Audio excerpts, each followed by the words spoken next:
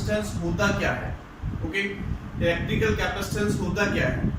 देखो अगर मैं बात करता हूं, मैंने लेट किया कि ये हमारे पास एक कंडक्टर है, ठीक है, हमारे पास एक कंडक्टर है। अगर मैं इसकी डेफिनेशन की बात करता हूं पहले कि इलेक्ट्रिकल कैपेसिटेंस हमारा क्या है, तो क्या होगा, देखो अगर डेफिनेशन लिखूं, it is the ability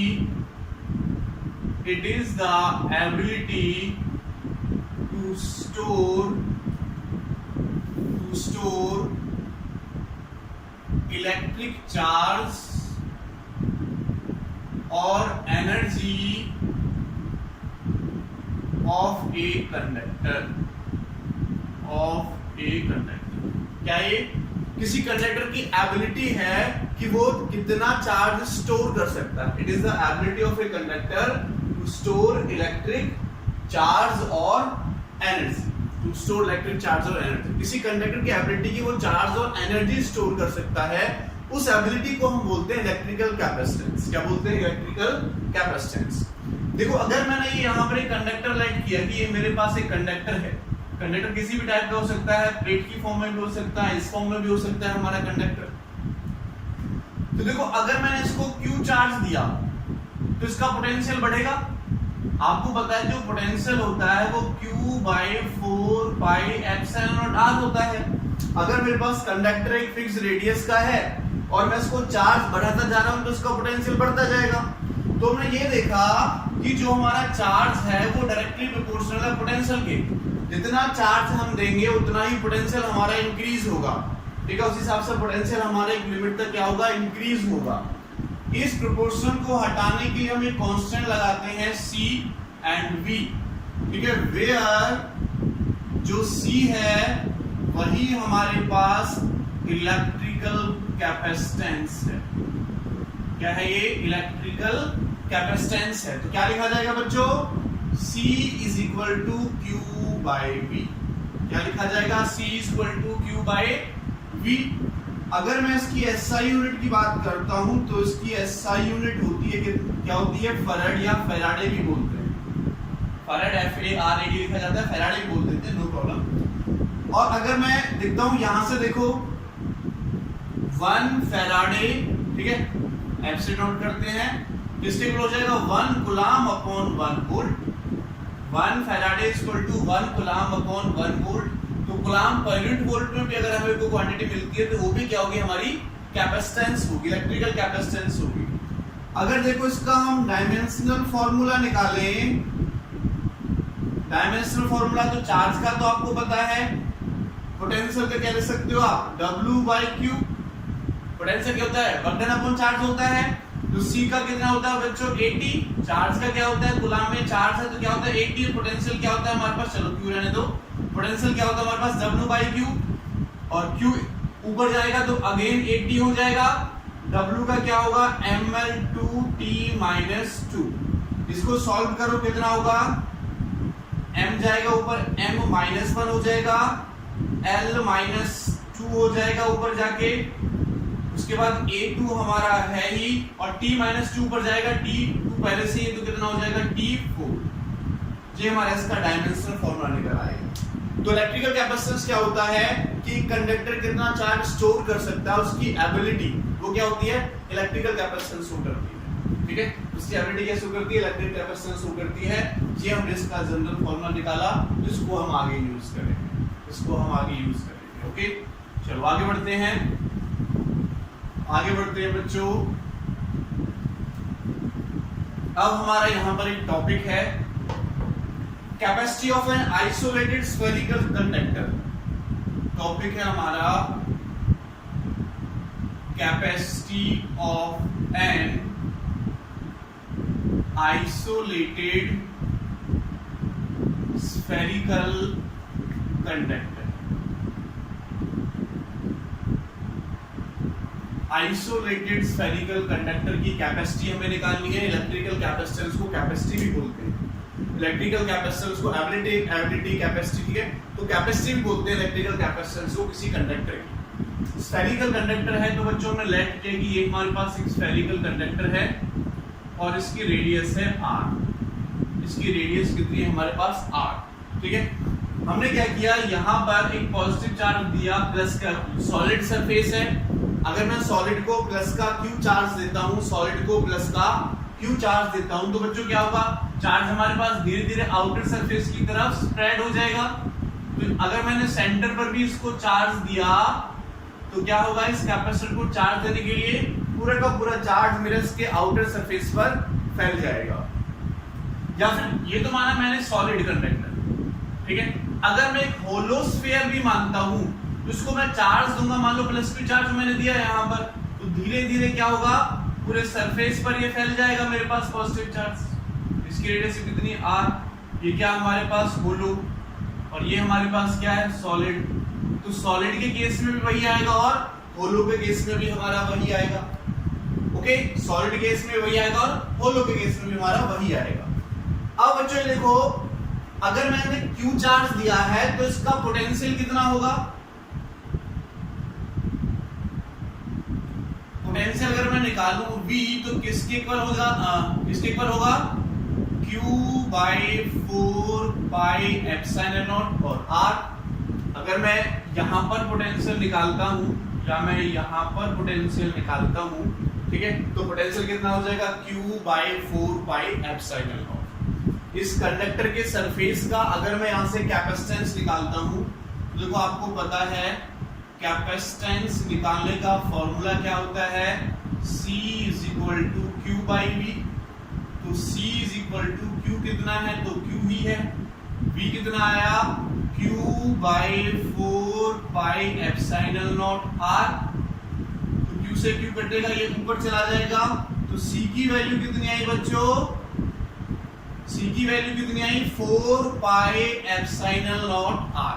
C की वैल्यू कितनी निकाली हमने यहाँ पर, 4 पाई एप्सिलॉन नॉट R। हमने यहाँ से C की वैल्यू फाइंड आउट की है।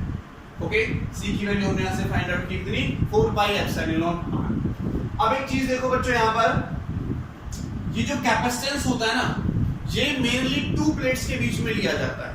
क्या लिया जाता है, मेनली 2 प्लेट्स के बीच का डिफरेंस होता है। तो यहाँ पर तो एक ही प्लेट मान सकते हैं, अगर इसको मानो तो मैं एक स्फेरिकल प्लेट हमारे पास बन रही है, यहाँ पर एक सरफेस बन रहा है, दूसरा सरफेस कहाँ है, तो अभी हमने लैंड किया कि दूसरा सरफेस हमारा कहीं इंफिनिटी पर है, वैसे बहुत जाके कहाँ पर, ये इंफिनिटी पर है। और आपको पता है कि जो V इंफिनिटी होता है तो Q upon 4 pi epsilon not R भी क्या होगा, दूर होगा इंफिनिटी, तो R की वैल्यू क्या होगी, इंफिनिटी होगी। तो V इंफिनिटी कितना आ जाएगा, 0, यानी इंफिनिटी पर पोटेंशियल कितना आ जाएगा, 0। तो ये जो पोटेंशियल हमने निकाला, ये सिंपली क्या लिखा जाएगा, इस सरफेस का मान लेते हैं P point minus V infinity, उसका पोटेंशियल डिफरेंस हमारे पास आएगा ये। तो इसकी वैल्यू यहां हमने पुट कर दी, ये निकाल लिया। तो वैसे तो जनरल हम यही रूल करेंगे फॉलो, लेकिन मैं आपको समझा रहा हूं कि जो कैपेसिटेंस होता है, कैपेसिटी होती है, वो हम किन्हीं 2 प्लेट्स के बीच में लेकर चलते हैं। तो यहाँ पर एक प्लेट है, एक प्लेट हमने एज्यूम कर ली कि हमारी कहीं इंफिनिटी पर है, और इंफिनिटी पर पोटेंशियल कितना हो जाएगा, 0। तो Vp माइनस V इंफिनिटी करेंगे, कितना आएगा पोटेंशियल डिफरेंस, वही आएगा हमारे पास। तो मैंने डायरेक्ट इसकी वैल्यू पुट कर ली, तो C इक्वल टू क्या आ जाएगा, 4 पाई एप्सिलॉन नॉट R। यानी हमारी किस पे डिपेंड कर रही है, रेडियस पे डिपेंड कर रही है। किस पे डिपेंड कर रही है, हमारी रेडियस पे डिपेंड कर रही है। यहां से देखो C डायरेक्टली प्रोपोर्शनल आ रहा है बच्चों R की, जितनी ज्यादा रेडियस उतनी ज्यादा कैपेसिटी, जितनी ज्यादा रेडियस उतनी ज्यादा क्या होगी, कैपेसिटी होगी। ये पॉइंट आप याद रखिए, ठीक है। अगर मैं स्फीयर की बात करता हूं, जितना बड़ा होगा उतनी उसकी कैपेसिटी बढ़ती जाएगी। अब एक क्वेश्चन पूछा गया था सीबीएसई में बच्चों, एक क्वेश्चन पूछा गया था, एक होलो स्फीयर दे रखा था, एक सॉलिड स्फीयर दे रखा था। ये सॉलिड स्फीयर हो गया, ये होलो स्फीयर हो गया। किसकी कैपेसिटी ज्यादा होगी, कौन ज्यादा स्टोर करेगा हमारा इलेक्ट्रिक चार्ज, सोच के बताओ कि कौन हमारा इलेक्ट्रिक ज्यादा स्टोर करेगा। कैपेसिटी किस पे डिपेंड कर रही है, R पर, और रेडियस दोनों की क्या है, सेम। अगर रेडियस दोनों की सेम तो कैपेसिटी भी दोनों की सेम, ना सॉलिड की ज्यादा होगी ना होलो की ज्यादा होगी, दोनों की कैपेसिटी क्या होगी, सेम होगी। क्योंकि कैपेसिटी हमारी किस पे डिपेंड कर रही है, रेडियस पर डिपेंड कर रही है। तो ये फैक्टर आपको याद रखना है। ओके, बात समझ में आपको आ गई होगी। इसको याद रखना है कि हमने जो कैपेसिटी निकाली, एक प्लेट हमने इसकी इंफिनिटी पर एज्यूम कर लिया, दूसरा सरफेस इंफिनिटी पर एज्यूम कर लिया, तब इसको लिखा है। क्योंकि कैपेसिटी हमेशा, जो कैपेसिटी होती है वो दो प्लेट्स के बीच में ली जाती है, दो सरफेसेस के बीच में ली जाती है। ओके, चलो इसको हम रब करते हैं। अब आगे चलते हैं। एक क्वेश्चन करते हैं बच्चों, यहां पर एक क्वेश्चन हम करते हैं। यहां पर क्वेश्चन मेरा,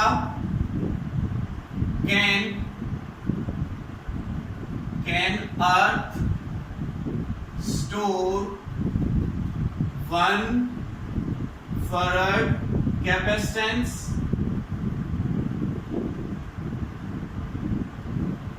एक्सप्लेन। क्या करना है आपको? एक्सप्लेन करना है। क्या अर्थ हमारी 1 फैराडे कैपेसिटेंस स्टोर कर सकती है? ठीक है, कर सकती है तो एक्सप्लेन करो, नहीं कर सकती है तो एक्सप्लेन करो।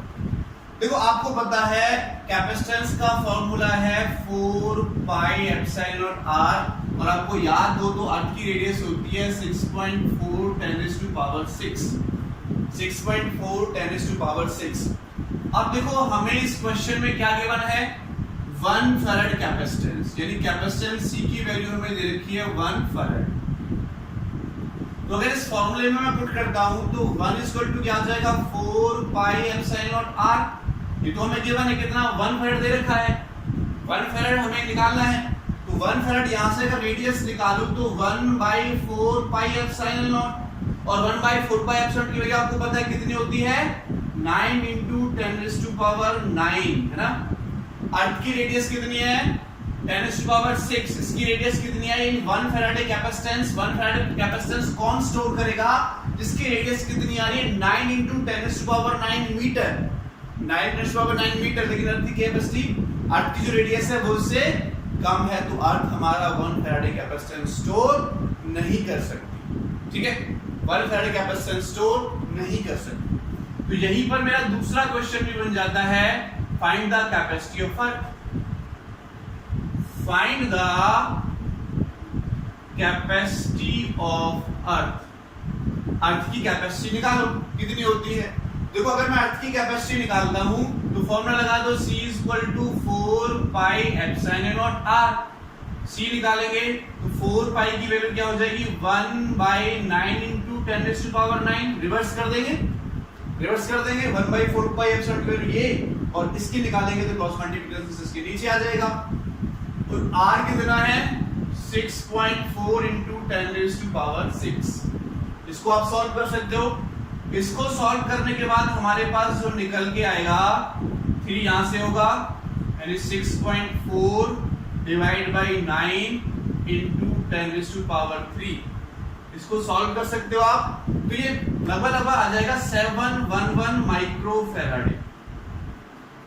माइक्रो मतलब 10⁻⁶, तो कितना आ जाएगा? 711 माइक्रो फैराडे हमारे अर्थ की कैपेसिटी निकल के आ जाएगी। 1 फैराडे से बहुत कम है, ठीक है। 1 फैराडे अर्थ स्टोर नहीं कर सकती। कितना स्टोर कर सकती है?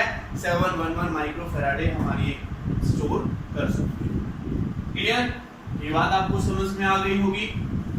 छोटे छोटे से हमने 2 क्वेश्चंस डिस्कस किए यहाँ पर। चलो तो नेक्स्ट क्वेश्चन की तरफ हम चलते हैं। एक क्वेश्चन और लेते हैं। हमें क्या क्वेश्चन है? हमें क्वेश्चन दे रखा है। क्वेश्चन क्या है लिख देता हूं मैं। 27 drops of same size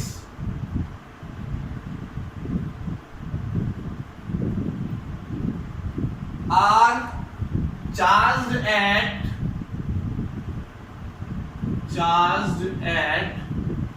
220 volt।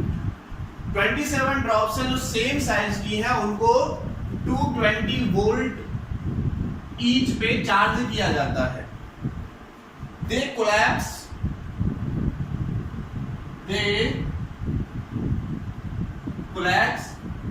to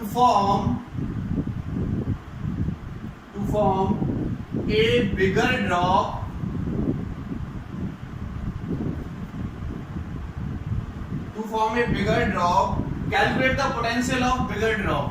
क्या है? Calculate the potential of bigger drop. जो बिगर ड्रॉप है उसका पोटेंशियल आपको निकालना है बच्चों, ठीक है। 27 ड्रॉप है स्मॉल साइज, इसकी रेडियस मैं लेट कर लेता हूं r है, और एक बड़ी ड्रॉप हमें बनानी है इनको मिक्स करके, जिसकी रेडियस मैं कैपिटल R लेट कर लेता हूं, ठीक है। और हर एक ड्रॉप का जो पोटेंशियल है वो मुझे दे रखा है 220 वोल्ट। तो मुझे इस बड़ी वाली का पोटेंशियल निकालना है। आप ऐसा नहीं कर सकते बच्चों कि आप डायरेक्ट सोचो कि हम क्या करेंगे सर कि 27 का जो पोटेंशियल उसको मल्टीप्लाई कर देगा आंसर आ जाएगा, नहीं, ऐसा हमारा नहीं होगा।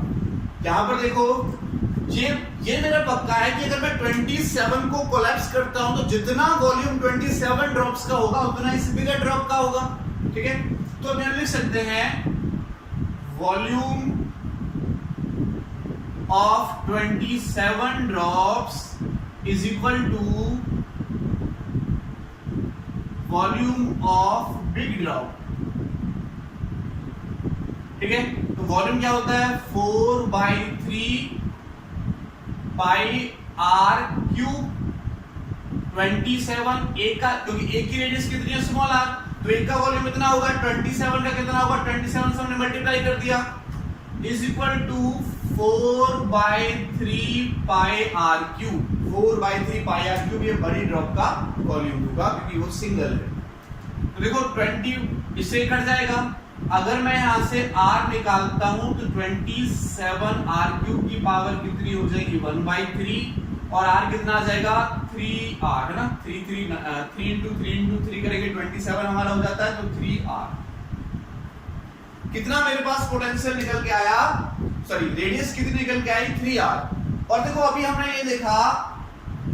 ये देखा कि इस पर मान लेते हैं जब हमने इसको v पोटेंशियल पर इसको चार्ज किया तो एक ड्रॉप पर चार्ज आया, एक ड्रॉप पर चार्ज कितना आया q। तो टोटल अगर मैं यहां से देखो पोटेंशियल निकालता हूं इस पर तो क्या होगा,